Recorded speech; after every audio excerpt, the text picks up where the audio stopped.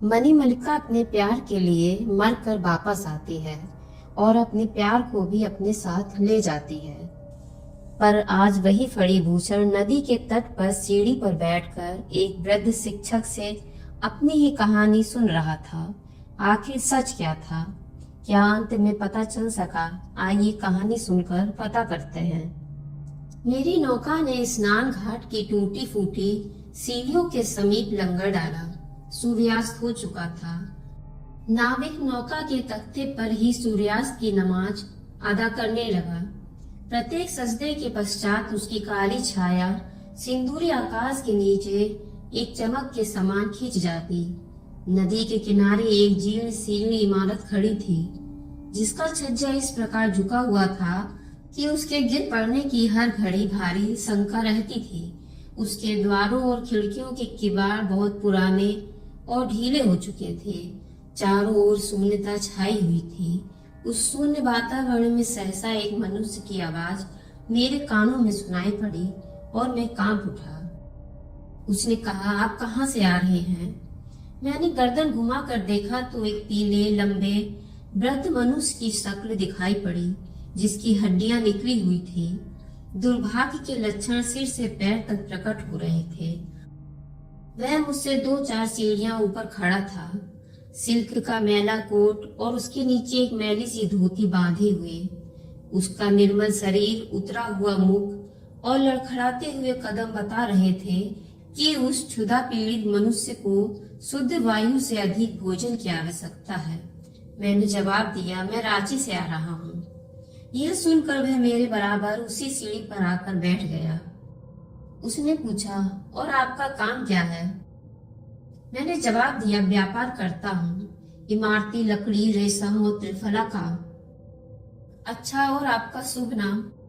एक क्षण सोचने के बाद मैंने उसे अपना बनावटी नाम बता दिया, किंतु वह अब मुझे एकटक देख रहा था। उसने पूछा, आपका यहाँ आना कैसे हुआ? केवल घूमने के लिए या हवा बदलने के लिए?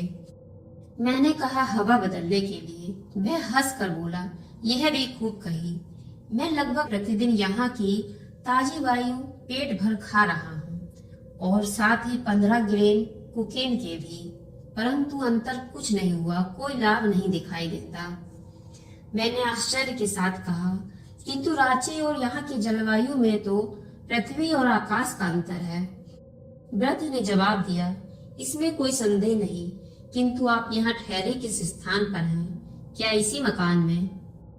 संभवतः उस व्यक्ति को संदेह हो गया था कि मुझे उसके किसी गड़े हुए धन का कहीं से सुराग मिल गया है और मैं उस स्थान पर ठहरने के लिए नहीं, बल्कि उसके गड़े हुए धन पर अपना अधिकार जमाने आया हूँ।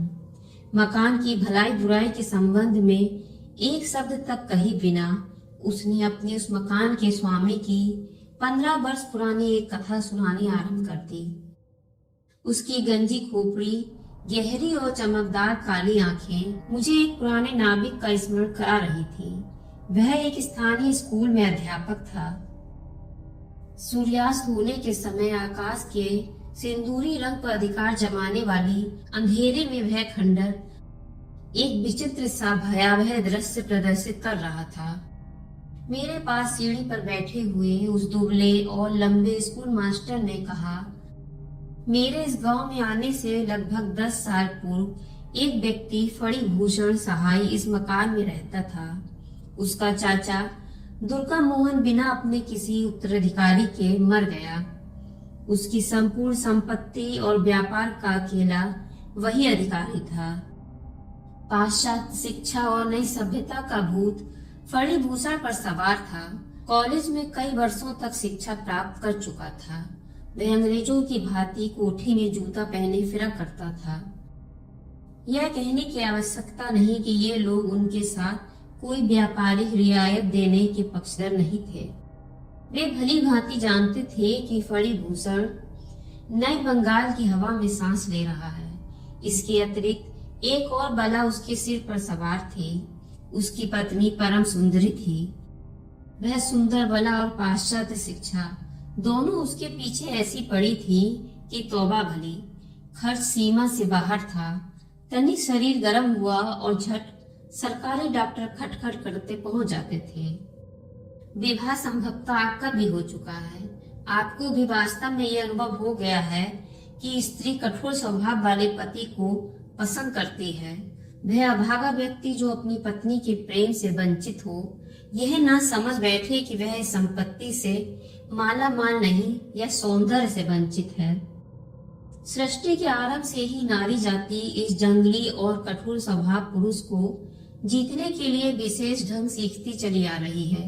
यदि उसे पहले से ही आज्ञाकारी पति मिल जाए तो उसके वे आकर्षक हथकंडे जो उसको माँ और दादियों से उत्तराधिकार रूप में मिले हैं और लंबे समय से चलते रहने के कारण सत्य भी सिद्ध हुए हैं। स्त्री अपने आकर्षक सौंदर्य के बल पर पुरुष का प्रेम और उसकी आज्ञाकारिता प्राप्त करना चाहती है, किंतु जो पति स्वयं ही उसके सौंदर्य के सामने झुक जाए वह वास्तव में दुर्भाग्यशाली होता है, और उससे अधिक उसकी पत्नी।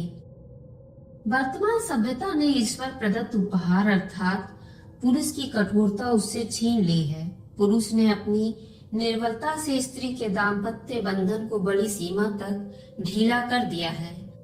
मेरी इस कहानी का भागा फणिभूषण भी इस नवीन सभ्यता से छला हुआ था, और यही कारण था कि न वह अपने व्यापार में सफल था और न ही गृहस्थ जीवन से संतुष्ट। यदि एक ओर वह अपने व्यापार से लाभ से बेखबर था, तो दूसरी ओर अपनी पत्नी के पतित्व अधिकार से वंचित। फणिभूषण की पत्नी मणि मल्लिका को प्रेम और विलास सामग्री बेमांगे मिल जाती थी। उसे सुंदर बहुमूल्य साड़ियों के लिए अनुनय विनय नहीं करना पड़ता था। पति से कहने की आवश्यकता नहीं होती थी। सोने के आभूषणों के लिए उसे झुकना नहीं पड़ता था। उसके कान लो स्वीकार करो के मधुर शब्दों से परिचित थे, किंतु उसके होठ लाओ और दोष से सर्वदा अपरिचित। उसके सीधे स्वभाव का पति इस मिथ्या भावना की कहावत से प्रसन्न था कि कर्म किए जाओ और फल की कामना मत करो, तुम्हारा परिश्रम कभी अकारत नहीं जाएगा। वह इसी मिथ्या भावना के पीछे हाथ पैर मारे जा रहा था। अंजाम यह हुआ कि उसकी पत्नी उसे ऐसी मशीन समझने लगी जो बिना चलाए चलती थी। स्वयं ही बिना कुछ कष्ट किए सुंदर साड़ियां और बहुमूल्य आभूषण बनाकर उसके कदमों पर डालती रहती। उसके पुर्जे इतने शक्तिशाली और टिकाऊ थे कि कभी भी उसको तेल देने की आवश्यकता नहीं होती थी। फणिभूषण की जन्मभूमि और रहने का स्थान समीप ही एक देहात का गांव था, किंतु उसके चाचा के व्यापार का मुख्य स्थान यही शहर था। इसी कारण उसकी आयु का अधिक भाग वही व्यतीत हुआ था। वैसे माँ मर चुकी थी, किंतु मौसी और मामियां आदि ईश्वर की कृपा से विद्यमान थी, परंतु वह विवाह के बाद ही फौरन मणि मल्लिका को अपने साथ ले आया। उसने विवाह अपने सुख के लिए किया था, न कि अपने संबंधियों की सेवा के लिए। पत्नी और उसके अधिकारों से पृथ्वी आकाश का अंतर है। पत्नी को प्राप्त कर लेना और फिर उसकी देखभाल करना उसको अपना बनाने के लिए काफी नहीं हुआ करता। मणि मल्लिका सोसाइटी की अधिक भक्त नहीं थी, इसीलिए व्यर्थ का खर्च भी नहीं करती थी, बल्कि इसके प्रतिकूल बड़ी सावधानी रखने वाली थी। जो उपहार फणिभूषण उसको एक बार ला देता, फिर क्या मजाल कि उसको हवा भी लग जाए। वह सावधानी से सब रख दिया जाता। कभी ऐसा नहीं देखा गया कि किसी पड़ोसी को उसने भोजन पर बुलाया हो। वह उपहार या भेंट लेन देन के पक्ष में भी नहीं थी। सबसे अधिक आश्चर्य की बात यह थी कि 24 साल की आयु में भी मणि मल्लिका 14 वर्ष की सुंदर युवती दिखाई देती थी। ऐसा प्रतीत होता था मानो उसका रूप लावण्य केवल स्थायी नहीं बल्कि चिरस्थायी रहने वाला है। जो वृक्ष पत्तों से लदा होता है प्रायः फल से वंचित रह जाता है। मणि मल्लिका का सौंदर्य भी फलहीन था। उसके कोई संतान नहीं थी। रख रखाव और व्यक्तिगत देख रेख करते भी तो काहे की। उसका सारा ध्यान अपने आभूषणों पर ही केंद्रित था। संतान होती तो बसंत की मीठी मीठी धूप की भांति उसके बर्फ के हृदय को पिघलाती, और वह निर्मल जल उसके दाम्पत्य जीवन के मुरझाए हुए वृक्ष को हरा कर देता। मणिमल्लिका गृहस्थ के कामकाज और परिश्रम से भी ना कतराती थी। जो काम वह स्वयं कर सकती उसका पारिश्रमिक देना उसे खलता था। दूसरों के कष्ट करना उसे ध्यान था और न नाते रिश्तेदारों की चिंता। उसको अपने काम से काम था। इस शांत जीवन के कारण वह स्वस्थ और सुखी थी। ना कभी चिंता होती थी ना कोई कष्ट। प्रायः पति इसे संतोष समझेंगे, क्योंकि जो पत्नी हर समय फरमाइशें लेकर पति की छाती पर चढ़ी रहती है वह सारे गृहस्थ के लिए एक रोग सिद्ध होती है। स्त्री पुरुष के प्रेम के उतार चढ़ाव को गंभीर दृष्टि से देखती रहती है। वह शब्दों के लहजे और छिपी हुई बात के अर्थ को झट अलग कर लेती है। इसका कारण केवल यह है कि जीवन के व्यापार में स्त्री की पूंजी केवल पुरुष का प्रेम है। यही उनके जीवन का एकमात्र सहारा है। यदि वह पुरुष की रुचि के वायु के प्रभाव को अपनी जीवन नैया के बेतान से स्पर्श करने में सफल हो जाए तो विश्वस्तः नैया अपनी मंजिल तक पहुंच जाती है। इसीलिए प्रेम का कल्पना यंत्र पुरुष के हृदय में नहीं बल्कि स्त्री के हृदय में लगाया गया है। प्रकृति ने पुरुष और स्त्री की रुचि में स्पष्ट रूप से अंतर रखा है, किंतु पाश्चात्य सभ्यता इस स्त्री पुरुष के अंतर को मिटा देने पर तुली हुई है। इसीलिए यह कठिन हो गया है कि विवाह के समय कोई यह कह सके कि वधू स्त्री है या स्त्री नुमा पुरुष। इसी प्रकार स्त्री अनुमान लगा सकती है कि जिसके पल्ले वह बंध रही है वह पुरुष है या पुरुष नुमा स्त्री, इसीलिए कि अंतर केवल हृदय का है। मैं बहुत देर से आपको रूखी बातें सुना रहा हूँ, परंतु इसके लिए क्षमा के योग्य भी हूँ। मैं अपनों से दूर निर्वासित जीवन जी रहा हूँ। मेरी दशा उस तमाशा देखने वाले दर्शक के समान है जो दूर से गृहस्थ जीवन का तमाशा देख रहा हो और वह उसके गुणों से लाभ उठाकर केवल उसके लिए ही कुछ सोच सकता हूँ। इसीलिए दाम्पत्य जीवन पर मेरे विचार अत्यंत गंभीर हैं। मैं अपने शिष्यों के सम्मुख तो यह विचार प्रकट नहीं कर सकता हूँ। इसी कारण आपके सामने प्रकट करके अपने हृदय को हल्का कर रहा हूँ। सारांश यह है कि यद्यपि गृहस्थ जीवन में किसी प्रकार का कोई कष्ट फणिभूषण को ना था, समय पर भोजन मिल जाता था, घर का प्रबंध सुचारू रूप से चल रहा था, किंतु फिर भी एक प्रकार की बेचैनी और अविश्वास उसके हृदय में समाया हुआ था और वह नहीं समझ पाता था कि वह क्या है। उसकी दशा उस बच्चे के समान थी जो रो रहा है और नहीं जानता कि क्यों। अपनी जीवन संगिनी के हृदय के स्नेह रिक्त स्थान को वह सुनहरे और मूल्यवान आभूषणों तथा इसी प्रकार के अन्य उपहारों से भर देना चाहता था। उसका चाचा दुर्गा मोहन दूसरी तरह का व्यक्ति था। वह अपनी पत्नी के प्रेम को किसी भी मूल्य पर क्रय करने के पक्ष में नहीं था और न ही वह प्रेम के विषय में चिड़चिड़े स्वभाव का था।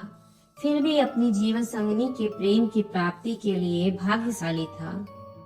जिस प्रकार एक सफल दुकानदार को कहीं तक बेलिहाज होना आवश्यक है, उसी प्रकार एक सफल पति बनने के लिए पुरुष को कहीं तक कठोर स्वभाव बन जाना भी अति आवश्यक है। सानुरोध आपको मैं यह सीख देता हूँ। ठीक उसी समय गीदड़ों की चीख पुकार जंगल में सुनाई दी।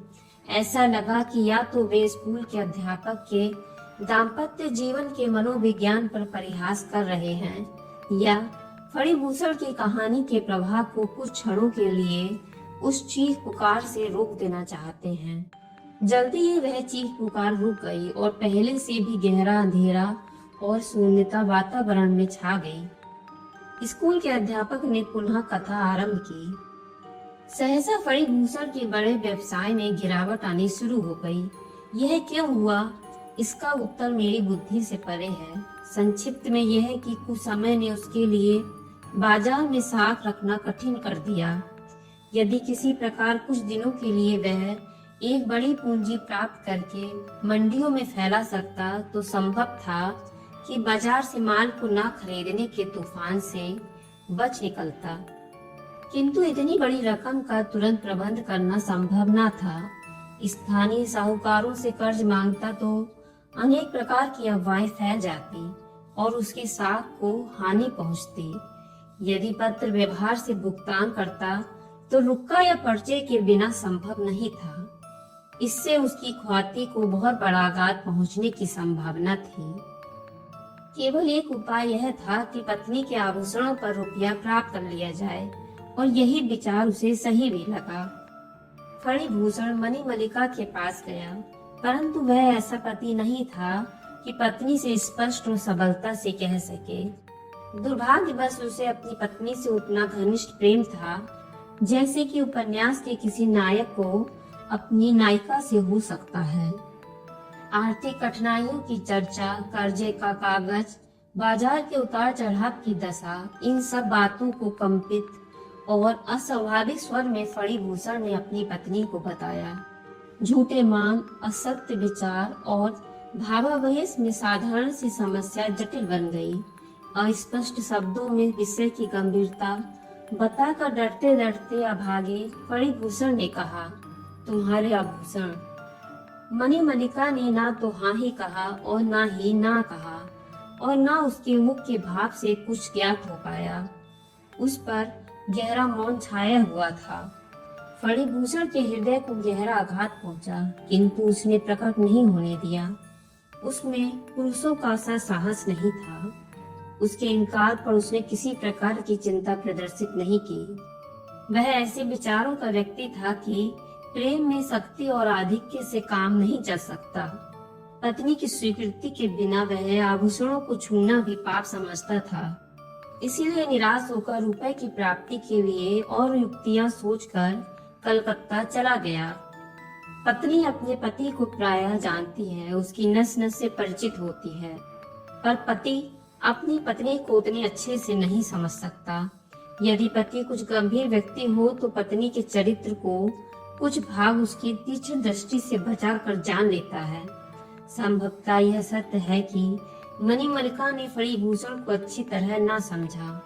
मणिमल्लिका ने अपने बड़े सलाहकार मधुसूदन को बुलाया। यह दूर के रिश्ते से चचेरा भाई था और फणिभूषण के व्यापार में एक आसामी की देख रेख में नियुक्त था। योग्यता के कारण नहीं, बल्कि रिश्तेदारी के जोर पर वह आसामी पर अधिकार जमाए हुए था। साथ ही रिश्तेदारी के धौंस में हर माह वेतन से भी अधिक रकम ले उड़ता था। मणिमल्लिका ने सारी राम कहानी उसके सामने रखी और अंत में पूछा, क्या करूं बताओ। मधु ने बुद्धिमत्ता और दूरदर्शिता के ढंग से सिर हिलाकर कहा, मेरा माथा ठनकता है, यह सही नहीं लग रहा है। सांसारिक बुद्धिहीन व्यक्तियों को हर कार्य में संदेह ही दिखाई देता है, उनको किसी काम में कुशलता नहीं दिखाई देती। उसने कहा, फणिभूषण को रुपया तो मिलने से रहा, अंत में तुम्हें आभूषणों से भी हाथ धोना पड़ेगा। सांसारिक समस्याओं के संबंध में जो मणिमल्लिका के अपने व्यक्तिगत विचार थे, उसके हिसाब से मधु के निकाले हुए परिणाम का प्रथम भाग संभावित और सत्य मालूम होता था। विश्वास उसके हृदय में जाता रहा था। संतान उसके थी ही नहीं, बाकी रहा पति, वह किसी गिनती में ही नहीं था। अतः उसका संपूर्ण ध्यान अपने आभूषणों पर केंद्रित था। इन्हीं से उसके हृदय की प्रसन्नता थी। ये ही उसको संतान के समान प्रिय थे। संतान को माँ से छीन लीजिए, फिर देखिए ममता की क्या दशा होती है। यही दशा मणिमल्लिका की थी। उसका यह विचार था कि उसके आभूषण पति के मंसूबों की भेंट चढ़ जाएंगे। मणिमल्लिका ने मधु से पूछा, फिर मुझे क्या करना चाहिए। मधु ने गंभीरता से और चालाकी के साथ कहा, अभी मैके चली जाओ, सारे आभूषण वहां छोड़ आओ। यदि सारे नहीं तो कुछ आभूषण मधु को अपने हत्थे चढ़ने की भी आशा थी। मणिमल्लिका उसी समय सहमत हो गई। छुटपुटे के समय, जबकि सावन की घटाएं आकाश पर डेरा जमाए हुए थी, वर्षा मूसलाधार हो रही थी। एक नौका ने रेतीली सीढ़ियों पर लंगर डाला। दूसरे दिन प्रातः घनघोर अंधेरे में मणिमल्लिका आई और एक मोटी चादर में सिर से पांव तक लिपटी हुई नौका पर सवार हो गई। मधु तो रात में उसी नौका में सोया था, उसकी आहट से जाग गया। मधु ने कहा, आभूषणों की संदूकची मुझे दे दो ताकि सुरक्षित रख लूं। मणिमल्लिका ने संदूकची कस कर पकड़ी और कहा, अभी ठहरो, जल्दी क्या है, चलो तो सही, आगे देखा जाएगा। नौका का लंगर उठा और वह उफनती हुई नदी की लहरों से जूझने लगी। मणिमल्लिका ने सारे आभूषण एक एक करके पहन लिए थे। संदूक में बंद करके ले जाना असुरक्षित मालूम होता था। मधु हक्का बक्का रह गया जब उसने देखा कि मणि के पास संदूकची नहीं है। उसको इसकी कल्पना भी नहीं थी कि उसने आभूषणों को अपने प्राणों से लगा रखा है। चाहे मणिमल्लिका ने फणिभूषण को न समझा हो, किंतु मधु के चरित्र का एक बहुत ही ठीक अंदाजा लगाया था। जाने से पहले मधु ने फणिभूषण के एक विश्वासी मुनीम को लिख भेजा था कि मैं मणिमल्लिका को उसके मैके पहुंचाने जा रहा हूँ। यह मुनीम दुनिया का अनुभवी और बड़ी आयु का था। फणिभूषण के पिता के समय से ही उसके साथ था। उसको मणिमल्लिका के जाने से बहुत चिंता और संदेह हुआ। उसने अपने मालिक को फौरन लिखा। वफादारी और चिंतक होने के कारण उसने अपने पत्र में अपने मालिक को खूब खरी खरी सुनाई। पति की लाज और दूरदर्शिता दोनों का यह अर्थ नहीं है कि पत्नी को इस प्रकार स्वतंत्र छोड़ दिया जाए। मणिमल्लिका के हृदय के संदेह को फणिभूषण समझ गया। उसे अत्यंत दुख हुआ, अपमान और कष्ट सहे, किंतु उसने मणिमल्लिका पर कोई दबाव डालना उचित नहीं समझा। किंतु फिर भी इतना अविश्वास, वर्षों से वह मेरे एकांत की और सांसारिक साथी रही है। आश्चर्य है कि उसने मुझे तनिक भी नहीं समझा। इस मौके पर कोई और होता तो क्रोधावेश में न जाने क्या कर बैठता। किंतु फणिभूषण मौन था और दुख प्रकट करके मणिमल्लिका को दुख नहीं पहुंचाना चाहता था। पुरुष को चाहिए कि वह दावानल की भांति जरा जरा सी बात पर भड़क जाए। जिस प्रकार स्त्री सावन के बादलों की भांति बात बात पर आंसुओं की छड़ी लगा देती है, किंतु अब वह पहले जैसे दिन नहीं है। फणिभूषण ने मणिमल्लिका को उसकी अनुपस्थिति में बिना सूचना दिए जाने के विषय में कोई डांट फटकार का पत्र नहीं लिखा, बल्कि यह निश्चय कर लिया कि मरते दम तक उसके आभूषणों का नाम तक जबान पर नहीं लाएगा। रुपए की वसूली में फणिभूषण सफल हो गया। उसके व्यापारिक रास्ते खुल गए। 10 दिन के पश्चात वह अपने घर को वापस आया, इस विचार को लिए हुए कि आभूषण मैके में छोड़कर मणिमल्लिका घर को वापस आ गई होगी। 10 दिन पहले की असफलता का उत्तर अब मस्तानी चाल के साथ देगा। पत्नी की दृष्टि उसकी सफलता से दमकते हुए मुख पर पड़ेगी तो वह अपने इनकार पर स्वयं लज्जित होगी और अपनी नादानी पर पश्चाताप प्रकट करेगी। इन विचारों में मग्न फणिभूषण शयन कक्ष में पहुंचा, परंतु द्वार पर ताला लगा हुआ था। ताला तुड़वा कर अंदर घुसा तो तिजोरी के किवाड़े खुले हुए थे। इस आघात से वह लड़खड़ा गया। सोने का पिंजरा, जिसकी प्रत्येक सुनहरी तिली को उसने अपने प्राण और आन का मूल्य देकर प्राप्त किया था, टूट चुका था और खाली पड़ा था। वह अब दिवालिया था और सिवाय गहरी सांस, आंसू और हृदय की टीस के अतिरिक्त उसके पास कुछ नहीं था। मणिमल्लिका को बुलाने का ध्यान भी उसके हृदय में नहीं आया। उसने यह निश्चय कर लिया कि वह अब चाहे आए या ना आए, किंतु मुनीम इस निर्णय के विरुद्ध था। वह अनुरोध कर रहा था कि कम से कम कुशल मंगल तो अवश्य जाननी चाहिए। इतनी देरी का कोई कारण समझ में नहीं आता। उसके अनुरोध से विवश होकर मणिमल्लिका के मैके को आदमी भेजा गया, किंतु वह यह अशुभ समाचार लाया कि ना यहाँ मणिमल्लिका आई और ना मधु। यह सुना तो पांव तले जमीन निकल गई। नदी पार आदमी दौड़ाए गए। खोज और प्रयत्न में किसी प्रकार की कमी नहीं रखी गई, किंतु पता न चलना था न चला। यह भी मालूम न हो सका कि नौका किस दिशा में गई है और नौका का नाविक कौन था। निराश फणिभूषण हृदय मसूड़ कर रह गया। कृष्ण जन्माष्टमी की संध्या थी। वर्षा हो रही थी। फणिभूषण शयन कक्ष में अकेला था। गांव में एक व्यक्ति भी बाकी नहीं था। जन्माष्टमी के मेले ने गांव का गांव सूना कर दिया था। मेले की चहल पहल और महाभारत के नाटक के शौक ने बच्चे से लेकर बूढ़े तक को खींच लिया था। शयन कक्ष की खिड़की का किवाड़ बंद था। फणिभूषण दिन दुनिया से बेखबर बैठा था। संध्या का चुटपुटा रात्रि के गहन अंधेरे में परिवर्तित हो गया, किंतु इस भयानक अंधेरे और मूसलाधार वर्षा तथा ठंडी वायु का उसको ध्यान भी न था। दूर से गाने की मधुर ध्वनि भी उसको सुनाई नहीं दे रही थी। दीवार पर विष्णु और लक्ष्मी के चित्र लगे थे। फर्श साफ था और प्रत्येक वस्तु उपयुक्त स्थान पर रखी हुई थी। पलंग के समीप एक खूंटी पर एक सुंदर और आकर्षक साड़ी लटकी हुई थी। सिरहाने छोटी सी मेज पर पान का बीड़ा स्वयं मणिमल्लिका के हाथ का बना हुआ रखा रखा सूख चुका था। विभिन्न वस्तुएं सलीके से अपने अपने स्थान पर रखी हुई थी। एक ताक में मणिमल्लिका का प्रिय लैंप रखा हुआ था, जिसको वह अपने हाथ से प्रकाशित किया करती थी और जो उसकी अंतिम विदाई का स्मरण करा रहा था। मणि की स्मृति में संपूर्ण वस्तुओं का मौन रुदन उस कमरे को कामना का शोक स्थल बनाए था। फणिभूषण का हृदय स्वतः कह रहा था, प्यारी मणि आओ और अपने प्राणमय सौंदर्य से सब में प्राण फूंक दो। कहीं आधी रात के लगभग जाकर बूंदों की तड़तड़ थमी, किंतु फणिभूषण उसी विचार में खोया बैठा था।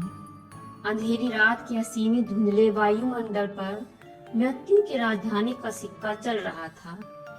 फणिभूषण की दुखित आत्मा का रुदन स्वर इतना पीड़ामय था कि यदि मृत्यु की नींद सोने वाली मणिमल्लिका भी सुन जाए तो एक बार नेत्र अवश्य खोल दे और अपने सोने के आभूषण पहने हुए उस अंधेरे में ऐसी प्रकट हो जैसे कसौटी के कठोर पत्थर पर किंचित सुनहरी रेखा। सहसा फणिभूषण के कान में किसी के पैरों की सी आहट सुनाई दी। ऐसा मालूम होता था कि नदी तट से वह उस घर की ओर वापस आ रही है। नदी की काली लहरें रात के अंधेरे में मालूम न होती थी। आशा की प्रसन्नता ने उसे जीवित कर दिया। उसके नेत्र चमक उठे। उसने अंधकार के पर्दे को फाड़ना चाहा, किंतु व्यर्थ। जितना अधिक वह नेत्र फाड़ कर देखता था, अंधेरे के पर्दे और अधिक गहन होते जाते थे और यह मालूम होता था कि प्रकृति इस भयानक अंधेरे में मनुष्य के हस्तक्षेप के विरुद्ध विद्रोह कर रही है। आवाज नजदीक आती गई, यहाँ तक कि सीढ़ियों पर चढ़ी और सामने द्वार पर आकर रुक गई, जिस पर ताला लगा हुआ था। द्वारपाल भी मेले में गए थे। द्वार पर धीमी सी खटखट सुनाई दी, ऐसी जैसी आभूषणों से सुसज्जित स्त्री का हाथ द्वार खटखटा रहा हो। फणिभूषण सहन ना कर सका। जीने से उतर कर बरामदे से होता हुआ द्वार पर पहुंचा। ताला बाहर से लगा था। संपूर्ण शक्ति से उसने द्वार हिलाया। शोरगुल से उसका सपना टूटा तो वहां कुछ नहीं था। वह पसीने से सराबोर था। हाथ पांव ठंडे हुए थे। उसका हृदय टिमटिमाते हुए दीपक के अंतिम प्रकाश की भांति जलकर बुझने को तैयार था। वर्षा की तड़कर ध्वनि के सिवाय कुछ भी सुनाई नहीं दे रहा था। फणिभूषण से यह वास्तविकता किंचित मात्र भी विस्मृत नहीं हुई थी कि उसकी अधूरी इच्छाएं पूरी होते होते रह गईं। दूसरी रात को फिर नाटक होने वाला था। नौकर ने आज्ञा चाही तो चेतावनी दे दी गई कि बाहर का द्वार खुला रहेगा। यह कैसे हो सकता है? लोकन ने कहा। विभिन्न स्वभाव के व्यक्ति बाहर से मेले में आए हुए हैं। दुर्घटना का संदेह है। फणिभूषण ने डांटते हुए कहा, नहीं, तुम जरूर खुला रखोगे।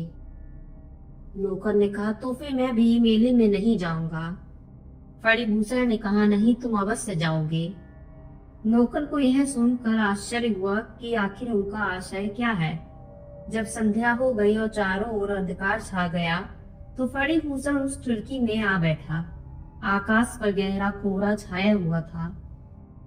घनघोर घटाएं ऐसी तुली खड़ी थी कि जल थल एक कर दे।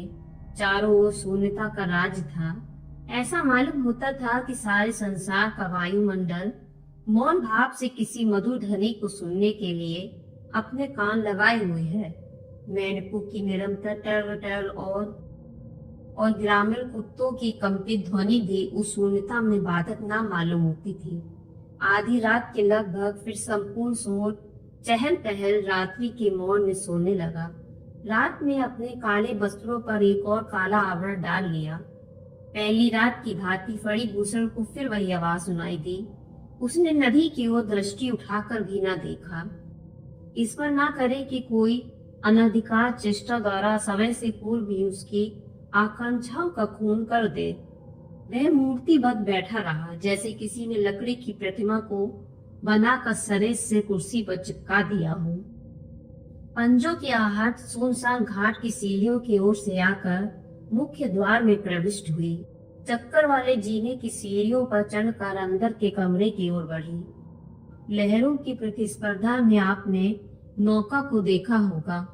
इसी प्रकार फणिभूषण का हृदय बल्लियों उछल रहा था। वह आवाज बरामदे से होती हुई शयन कक्ष की ओर आई और ठीक द्वार पर आकर ठहर गई। अब केवल द्वार प्रवेश करना शेष था। फणिभूषण की आकांक्षाएं मचल उठी। संतोष का आंचल हाथ से जाता रहा। वह सहसा कुर्सी से उछल पड़ा और एक दुख भरी चीख मारी, मनी, उसके मुख से निकली। किंतु दुख है कि उसके पश्चात मेंढकों की आवाज और वर्षा की बड़ी बड़ी बूंदों की तड़ के सिवा और कुछ न था। दूसरे दिन मेला छटने लगा। दुकानें आरंभ हो गई। दर्शक अपने अपने घरों को वापस जाने लगे। मेले की शोभा समाप्त हो गई। फणिभूषण ने दिन में व्रत रखा और सब नौकरों को आज्ञा दे दी कि आज रात को कोई भी व्यक्ति न रहे। नौकरों का विचार था कि हमारे मालिक आज किसी विशेष मंत्र का जाप करेंगे। संध्या समय जब कहीं भी आकाश की टुकड़ियों पर बादल न थे, वर्षा से धुले हुए वायुमंडल से सितारे चमकने लगे थे। पूर्णिमा का चांद निकला हुआ था। वायु भी मंद मंद बह रही थी। मेले से लौटे हुए दर्शक अपनी थकान उतार रहे थे। वे बेसुध हुए सो रहे थे और नदी पर कोई नौका दिखाई नहीं दे रही थी। फणिभूषण उसी खिड़की पे आ बैठा और तकिए से सिर लगाकर आकाश की ओर ध्यान से देखने लगा। उसको उस समय वह समय याद आया जब वह कॉलेज में शिक्षा प्राप्त कर रहा था। संध्या समय चौक में लेटकर अपने भुजा पर सिर रखकर झिलमिलाते हुए सितारों को देखकर मणिमल्लिका की सुंदर कल्पना भी खो जाया करती थी। उन दिनों कुछ समय का बिछोह मिलन की आशाओं को अपने आंचल में लिए बहुत ही प्रिय मालूम हुआ करता था, परंतु वह सब कुछ अब स्वप्न मालूम होता है। सितारे आकाश में उछल होने लगे। अंधकार ने दाएं बाएं और नीचे ऊपर सब ओर से पर्दे डालने आरंभ कर दिए और ये पर्दे आंख की पलकों की भांति परस्पर मिल गए। संसार स्वप्नमय हो गया। किंतु आज फणिभूषण पर एक विशेष प्रकार का प्रभाव सा था। वह अनुभव कर रहा था कि उसकी आशाओं के पूर्ण होने का समय समीप है। पिछली रातों की भांति किसी के पांवों की आहट फिर स्नान घाट की सीढ़ियों पर चढ़ने लगी। फणिभूषण ने आंखें बंद कर ली और विचारों में निमग्न हो गया। पांव की आहट मुख्य द्वार से प्रविष्ट होकर संपूर्ण मकान में होती हुई शयन कक्ष के द्वार पर आकर विलीन हो गई। फणिभूषण का संपूर्ण शरीर कांपने लगा, परंतु वह दृढ़ निश्चय कर चुका था कि अंत तक आंखें नहीं खोलेगा। आहट कमरे में प्रविष्ट हुई। खूंटी पर की साड़ी, ताप के लैंप, खुले हुए पानदान और अन्य वस्तुओं के पास थोड़ी थोड़ी देर ठहरी और अंत में फणिभूषण की कुर्सी की ओर बढ़ी। अब फणिभूषण ने आंखें खोल दी। धीमी धीमी चांदनी खिड़की से आ रही थी। उसकी दृष्टि के सामने एक ढांचा, एक हड्डियों का पंजर खड़ा हुआ था। उसने रोम रोम में छल, कलाइयों में कड़ी, गले में माला। सारांश यह है कि प्रत्येक जोड़ जड़ाव आभूषणों से दमक रहा था। संपूर्ण आभूषण ढीले होने के कारण निकले जाते थे। नेत्र वैसे ही बड़े बड़े और चमकीले, परंतु प्रेम भावना से रिक्त। 18 बरस पूर्व विवाह की रात को शहनाइयों के मधुर स्वरों में इन्हीं मोहिनी आंखों से मणिमल्लिका ने फणिभूषण को पहली बार देखा था। आज वही आंखें वर्षा की भीगी चांदनी में उसके मुख पर जमी हुई थी। पंजर ने दाएं हाथ से संकेत किया। फणिभूषण स्वयं चल पड़ने वाली मशीन की भांति उठा और पंजर के पीछे पीछे हो लिया। हर कदम पर उसकी हड्डियां चटक रही थी। आभूषण झंकृत हो रहे थे। वे बरामदे से होते हुए सीढ़ियों के नीचे उतरे और उसी पथ पर हो लिए जो स्नान घाट पर जाता है। अंधेरे में जुगनू कभी कभी चमक उठते थे। मध्यम धीमी चांदनी वृक्षों के गहन पत्तों में से निकलने के लिए प्रयत्नशील थी। वे दोनों नदी के तट पर पहुंचे। पंजर ने सीढ़ियों से नीचे उतरना आरंभ किया। जल पर चांदनी का प्रतिबिंब नदी की लहरों से क्रीड़ा कर रहा था। पंजर नदी में कूद पड़ा। उसके पीछे फणिभूषण का पांव भी नदी में गया। उसकी स्वप्न की छलना टूटी तो वहां कोई नहीं था, केवल वृक्षों की एक पंक्ति चौकीदारी कर रही थी। अब फणिभूषण के संपूर्ण शरीर पर कंपन छाया हुआ था। फणिभूषण भी एक अच्छा तैराक था, किंतु अब उसके हाथ पांव बस में नहीं थे। दूसरे ही क्षण वह नदी के अथाह जल की तह में जा चुका था। इस दर्द से भरे हुए अंत पर स्कूल के अध्यापक ने कक्षा को समाप्त किया। उसकी समाप्ति पर हमें फिर एक बार शून्य वायुमंडल का अनुभव हुआ। मैं भी मौन था। अंधेरे में मेरे मुख्य विचारों का अध्ययन मैं न कर सकता था। क्या आप इसको कहानी कहते हैं? उसने संदेह की मुद्रा में पूछा। मैंने बात को काट कर कहा, नहीं, मैं तो इसे सत्य नहीं समझता। प्रथम तो इसका कारण है कि मेरी प्रकृति उपन्यास और कहानी लेखन से ऊंची है, और दूसरा कारण यह है कि मैं ही फणिभूषण हूँ। स्कूल का अध्यापक अधिक व्याकुल नहीं था। उसने पूछा, किंतु आपकी पत्नी का नाम? मैंने जवाब दिया, नर्मदा पाली। इस रहस्य के साथ ही ये कहानी यहाँ पे समाप्त हो गई। क्या फणिभूषण भी मरकर भूत बन गया था? आपको क्या लगता है, क्या मणिमल्लिका भूत बनकर फणिभूषण के पास आती है और उसे अपने साथ ले जाती है? क्या फणिभूषण मरकर भूत बन गया था? यह पूरी कहानी केवल व्रत शिक्षक की मनगढ़ंत कहानी थी, जिससे उस हवेली पर उसका कब्जा बना रहे। आपका क्या मानना है? कमेंट में अवश्य बताएं। ऐसी ही कहानियों को सुनने के लिए वीडियो को लाइक और चैनल को सब्सक्राइब करना ना भूलें।